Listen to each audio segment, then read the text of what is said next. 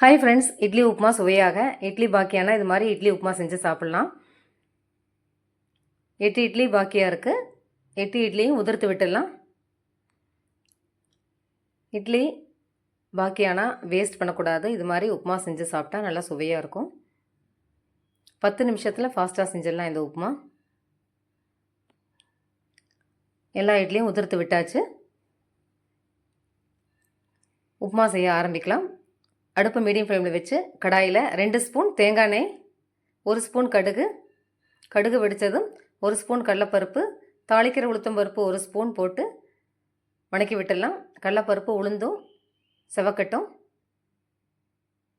2 பச்சை மிளகா, 2 வரமிளகா, 2 பெரிய வெங்காயம் பொடியாக கட் பண்ணது, கொஞ்சம் கருவேப்பிலை போட்டு வணக்கி விட்டுக்கலாம்.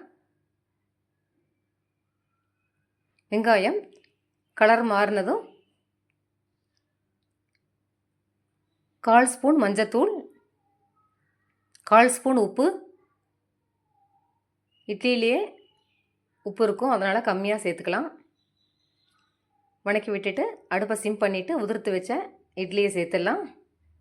அடுப்பு சிம்லேயே இருக்கட்டும். கலந்து விட்டுடலாம்.